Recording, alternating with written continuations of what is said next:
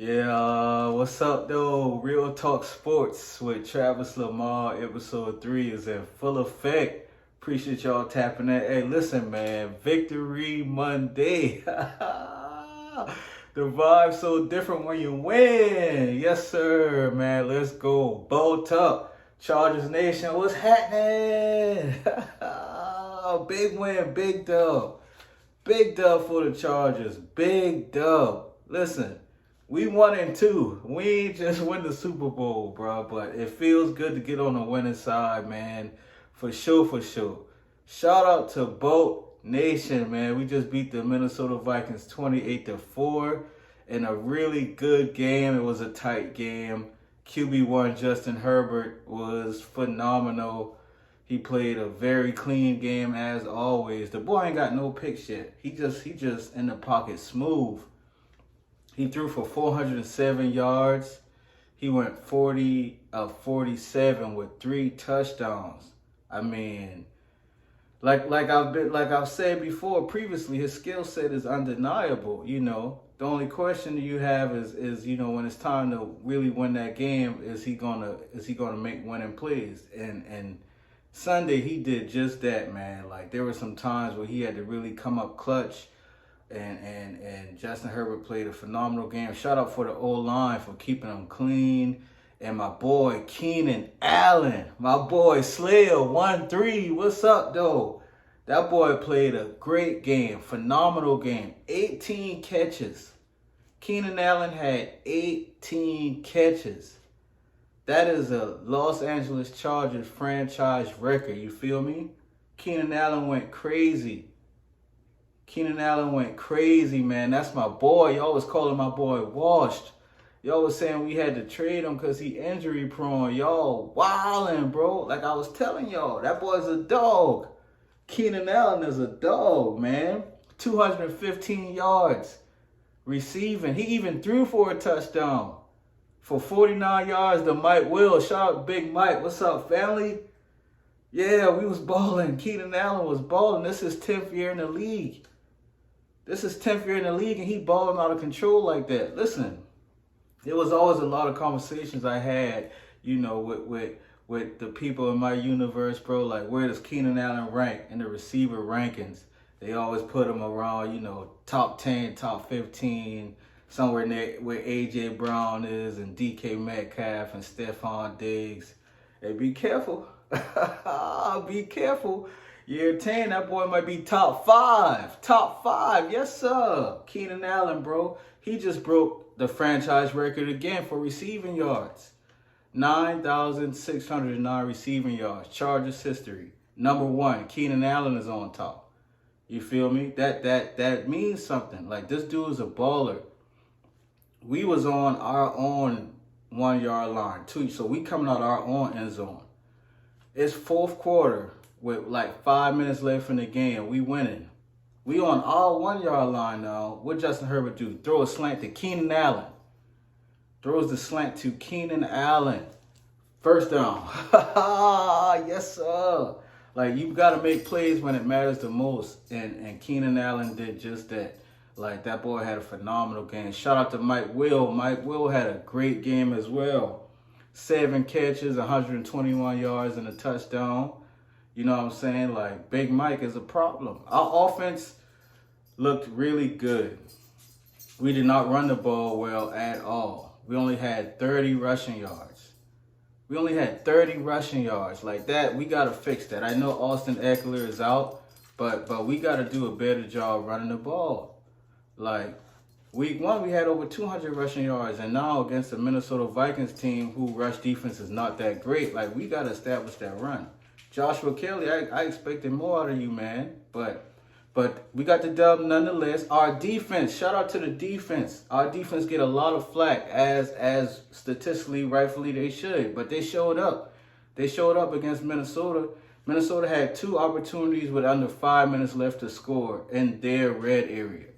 And we held them. Shout out to K9, Kenneth Murray.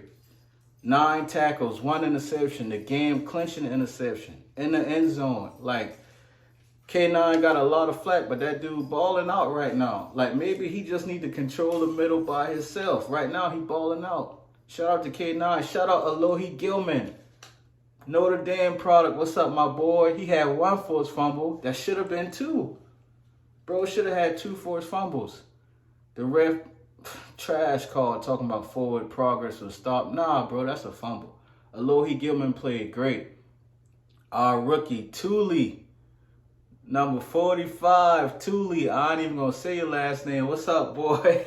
Out of Southern Cal, like, we found another edge rusher.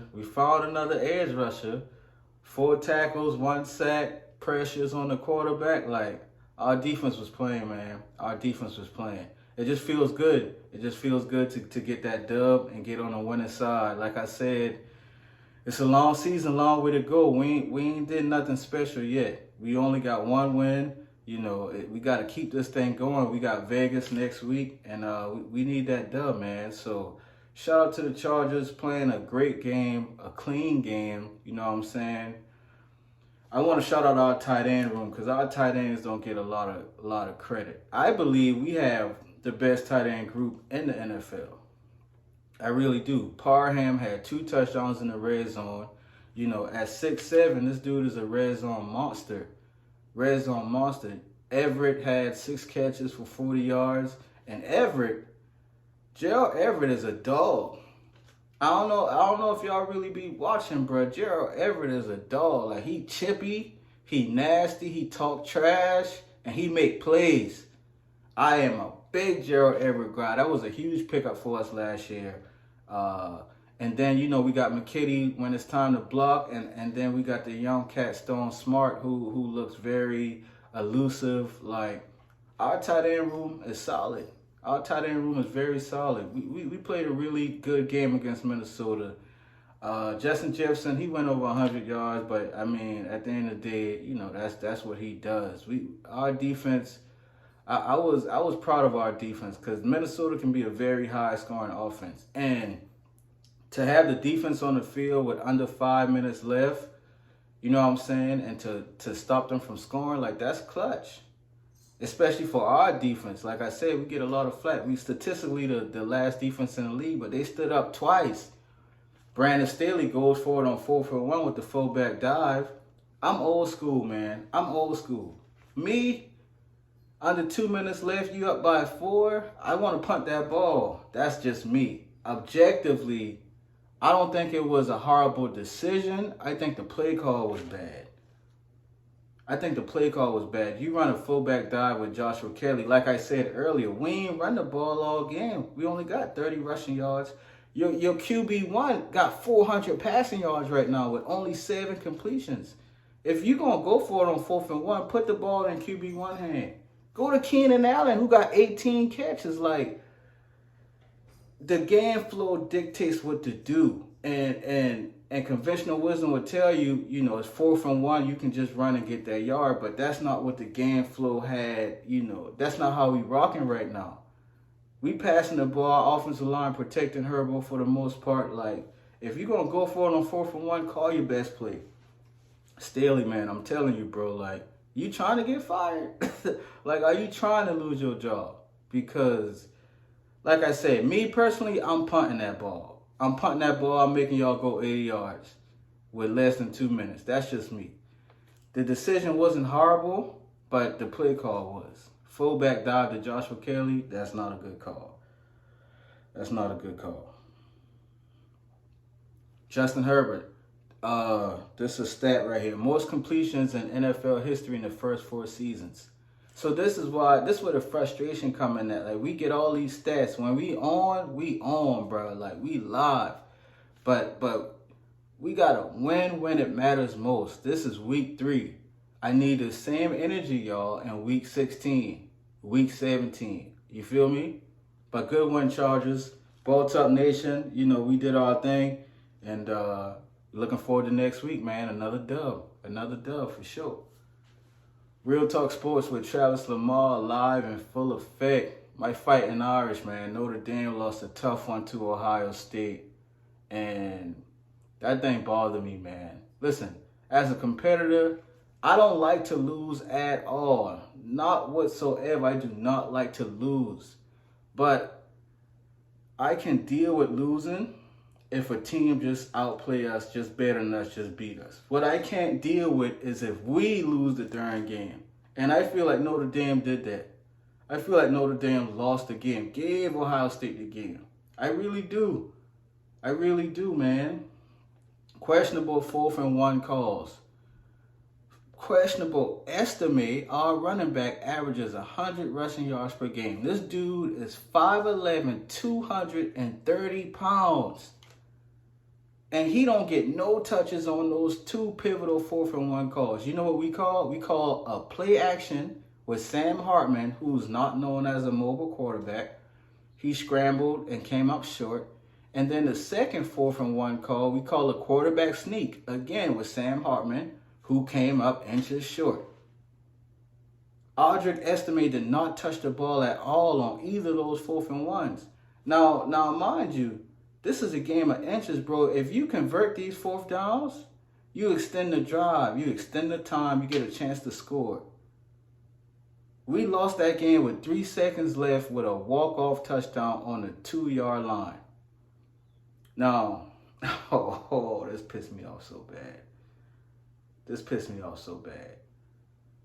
When that boy scored that touchdown, I said to myself, well, what? Well, they on the 2-yard line, the 3-yard line. Why the box so skinny? Like, we ain't had nobody in the box. I wake up, come to find out, we only had 10 men on the field for the last 2 plays. We beating Ohio State. We are winning. It is less than 10 seconds left on the clock. They got the ball at the 3-yard line, and 2 consecutive plays, we only had 10 men on the field. Now, what the hell is that? Because when players make mistakes, when players do stuff, man, we go crazy. We go at these athletes, man. The coaches had 10 men on the field in 2 back-to-back pivotal situations in the 4th quarter with less than 10 seconds left. This is our season we talking about, bro. Notre Dame don't play a conference championship. Now for a fact we got to win out no matter what to even have a chance to play in the college football playoffs. But one loss is very harmful for us. As an independent, we don't have a conference championship. We should have won that game, bro. No questions asked. Our safety dropped 2 interceptions that should have been had. No doubt about it. No doubt about it. But still, bro, for me, man, the coaches choked that game away. Play calling. Not having enough men on the field. Like, what is that? How much money y'all make, right? How much money y'all make, for real? To have 10 men on it. When I wake up and see that, bro, I could have lose it. And now you got a head coach, Ryan Day, going after Lou Holtz and all kind of thing. Like, these coaches, man, they got fragile egos. They fragile, man. These coaches, they wild, bro. You just win a tough game in South Bend, and the first thing you want to do is attack Lou Holtz. This old man who ain't coaching no more. Like, bro, take your victory, say what you're supposed to say, and get on up out of there. That's classless. Coach from Oregon going after Coach Prime. We don't play for clicks. We play for wins. Man, you know that's a clickbait. You know what you're doing. You know how much clicks you about to get for that. All these coaches attacking Prime. What Coach Prime ever did to y'all? What he ever say about other coaches?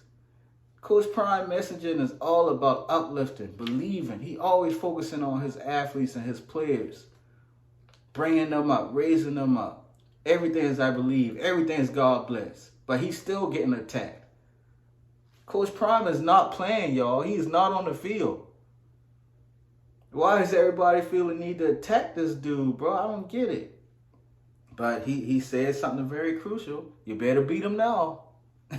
You better beat him now, because the Coach Prime effect is in full effect. And me and my contemporaries, we were talking about this, you know, when Coach Prime left Jackson State. What is going to happen with the offensive and defensive line? Because, you know, if you really know the sport, you know the trenches is what matters. That's really where the rubber meets the road. And if your offensive line and defensive line is inferior, it's really nothing you can do. And that's what happened against Colorado and Oregon. You know, I was texting my boy, and after the first drive, I'm like, Oregon just drive down the field and scored like Colorado wasn't even there. Like, it looked like Oregon was playing against air. By the second quarter, you know, the text message, oh yeah, this varsity versus JV. And we were very emotional and supportive behind Colorado, but the trench is not going to lie, bro. When your offensive line and your defensive line get dominated all game, that's what it looks like. And that's what Colorado is like at the end. Now that the loss has happened, we can all take a deep breath and see, like, yeah, man, this is Colorado. This is Colorado. And now you got Southern Cal coming up next week. I mean, your offensive line and defensive line not going to elevate magically in a week. Like, the trenches, man, is where it's happened. Skill player-wise, quarterback one, Shador. Shador is phenomenal. That boy got sacked 7 times, I believe. That's not counting hurries and knockdowns and hits. I don't care who you got back there. What you going to do is, as soon as you take the snap, you at your drop a defensive lineman in your face. You ain't going to do nothing. It's nothing you can do. You can't read the coverage. You can't go through your progressions. You can't make passes. It's nothing you can do. So I'm worried about the Southern Cal game, man. What you think they lying just like Oregon capabilities. So I don't know what Coach Prime gonna do, man, but at the very least, I just hope it's competitive, because that Colorado Oregon game was pretty hard to watch. No cap. Yeah, Real Talk Sports with Travis Lamar. I appreciate y'all tapping in, man. Sports going crazy right now. Like, it was tough though. It was tough to watch that Colorado game. So for this segment right here, we're gonna do my top 5 teams that I see in the NFL right now. So NFL top 5 rankings. At number 5, I'm going with the Buffalo Bills. Josh Allen had a real tough week 1, but it seems like, you know, he's getting back in his groove and his Josh Allen ways. And Stephon Diggs is playing lights out. Man. So they're a tough team. They have been the last few years. They haven't been able to really get over that hump, but as of right now, I think they're the 5th best team in the NFL. At number 4, I got the Philadelphia Eagles, led by Jalen Hurts. Big fan of Jalen Hurts, man. They played Tampa Bay tonight as of this recording, so you got to put an asterisk by this one, because I don't know if they go. I believe they should win tonight pretty easily, but I thought Dallas was going to win too, and Arizona been like, no, sir. That's the NFL, man. Any given Sunday. But I got the Eagles at 4. You know, they was in the Super Bowl last year. Their defense seems to have taken a little step back, and the offense has not really hit their groove, but I'm not too worried about the Eagles. I think they're the 4th best team in the league. At number 3, we got the Kansas City Chiefs, led by Patrick Mahomes, the best quarterback in the NFL. They took a loss week 1 against Detroit. Now, that's without Travis Kelce and Chris Jones. They're all pros. They're 2nd and 3rd best player on that team, and they only lost that game by 1. So the Chiefs easily could be at number 1 in the NFL rankings, but we got them at number 3 right now just because they did take the L. But Patrick Mahomes, Andy Reid, you know, defending Super Bowl champs, dynastic team right now. You know, they deserve to be at no less at the 3 spot. So that's where I got them at right now. At number 2, we got the 3-0 San Francisco 49ers. If I really just, you know, close my eyes, you know, take away the names and the jerseys and just talk about style of play and scheme and all that, the 49ers, man, they really feel like they unstoppable. I'm a defensive guy, so I always want that defense to lead, and I feel so much more comfortable when you got a dominant defense, and 49ers definitely have that. And the way they run the ball, Shanahan's scheme is just, it's unbelievable, bro. Christian McCaffrey is unbelievable right now. Deebo Samuel is unbelievable. Like, I like Brock Purdy. A lot of people don't. I'm a Brock Purdy guy. I rock with Brock Purdy. So I think the 49ers have everything they need to be in the Super Bowl this year. I really do. You know, barring health, of course. You always gotta mention health, especially with Debo's track record and McCaffrey's and even Kittle's. But I think the 49ers are the number 2 team in the league. And at number 1, the team who just scored 70 points in the NFL is the Miami Dolphins. Now, these NFL rankings are just for right now. The Miami Dolphins defense, I thought they were going to be better than this. But as of now, that offense is like, we don't care what you do on the side of the ball. Get us on the field. 70 points. The Miami Dolphins scored 70 points, and Jalen Waddle ain't even play. That's Mostert and the rookie running back. Tyreek Hill, man. What do you do with that dude? Man? The Miami Dolphins right now is the best team in the league, the scariest offense in the league. And if they stay on this pace, I mean, ain't no telling what's going to happen. Again, barring health, you know, their quarterback, Tua, and the concussion issues he's dealt with. We don't know what's going to turn out with that, but as of now, man, you gotta give it up to the 3-0 Miami Dolphins. That offense looks unstoppable. And so we'll see how far. It's a track meet when they play. And until somebody stop it, you gotta put them at number 1. Travis Lamar NFL rankings as of week 3. Real Talk Sports with Travis Lamar. I appreciate y'all tuning in, man. Before we head out, I got a couple of shout-outs I want to do. Shout out to Asia Wilson, University of South Carolina alum. You know, huge fan of Asia, man. And she just won Defensive Player of the Year. That's back-to-back Defensive Player of the Years for Asia Wilson. She just dropped a 30-piece, 8 rebounds, 4 blocks, 34 points. I don't want to show her. 34 points, 8 rebounds, and 4 blocks in the Game 1 win versus the Dallas Wings in the WNBA semifinals as they chase back-to-back championships in the WNBA. Asia Wilson is phenomenal, bro. She is a baller. She's a winner. And I just want to give a shout out to you, man. Asia, you doing your thing. Keep it up. You the face of WNBA, if you ask me, for sure. And our final shout out goes to, I want to make sure I get her name right, Haley Van Voorhees. She is the first female player that is a non-kicker to play college football. She plays Division III football, and yeah, she's the first woman player in the history either to not be a kicker to play in a game. So that's a big step, and that's huge. And she had a quarterback pressure, knocked down the quarterback, and shout out Haley, man. Like, you know, anytime you're doing something that's unconventional, that's going against the trend, you're being a trailblazer. You know, that's something that's not easy to do. So shout out Haley. Appreciate y'all tuning in. It's been Real Talk Sports with Travis Lamar, episode 3. And I'll see y'all next time.